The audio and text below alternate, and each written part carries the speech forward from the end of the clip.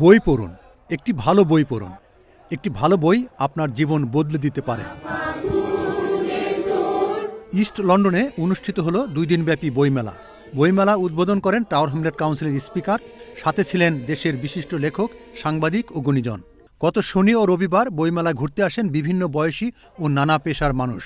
অতিথিরা বলেন, এই ধরনের বইমেলা নতুন প্রজন্মের সাথে বাংলা সংস্কৃতিকে সেতুবন্ধনের সৃষ্টি হয়। বইমেলার থেকে আমাদের অনেক ছোট ছোট বাচ্চাদেরকে আমরা অনেক সুন্দর অনুপ্রেরণা পাচ্ছি, অনুপ্রেরণা দিচ্ছি। এখানে আসলে বাচ্চারা আমাদের সংস্কৃতি সম্পর্কে জানবে, আমাদের ভাষা সম্পর্কে জানবে। এবার বইমেলায় 11টি বইয়ের স্টল ছিল। বাংলাদেশ থেকে এসেছেন বেশ কয়েকটি প্রকাশনী। প্রকাশকরা বলেন, এই ধরনের বইমেলা খুবই প্রয়োজন, যার মাধ্যমে নতুন নতুন লেখকের লেখার প্রতি আগ্রহী হবেন। বাংলাদেশ থেকে এসেছি এই বইমেলা উপলক্ষে।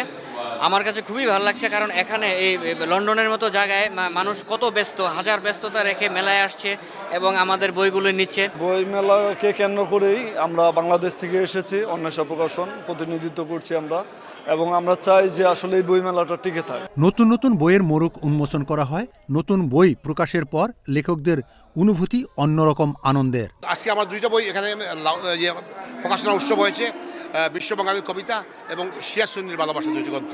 সবাই বেশ আগ্রহ নিয়ে আমার বইটা কিনেছেন। ভালোবাসার আগ্রাসন, এটা আমার প্রথম কবিতার বই। আমি মূলত আবৃত্তিকার, কিন্তু কবিদের কবিতা পড়তে পড়তে আমার ভিতর থেকে একটা ইনস্টিংক্ট হয়েছে, সেজন্য এই কবিতার বইটি করা। 2024 সালে আমার পিঞ্জর খোলা পাখির প্রথম খণ্ড এবং দ্বিতীয় খণ্ড বের হয়েছে। আশা করি সকলের এই বুকগুলি ভাল লাগবে, কেননা মূলধারা একটি সাহিত্য রাজনীতি পুষ্ট। শেষ দিনে সাহিত্য আলোচনায় মূল প্রবন্ধ পাঠ করেন চ্যানেলসের হেড অব নিউজ কবি মিল্টন রহমান। সংগঠনের সাধারণ সম্পাদক বলেন, এবছর ব্যাপক সাড়া পড়েছে, তাই আগামীতে 2 দিনের পরিবর্তে 3 দিন বইমেলার প্রস্তুতি গ্রহণ করা হচ্ছে।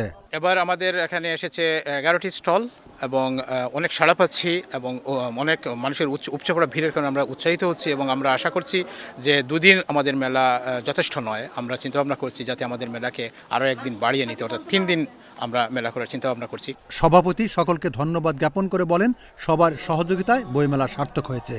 আমাদের কমিউনিটির প্রত্যেক স্তরের মানুষ, কবি, সাহিত্যিক, শিল্পী, পাঠক এবং বই ক্রেতা সবাই এখানে এক মিলন মেলায় সমবেত হয়েছিলেন এবং 2 দিন ব্যাপী প্রচুর লোক আসা যাওয়া করেছেন এখানে।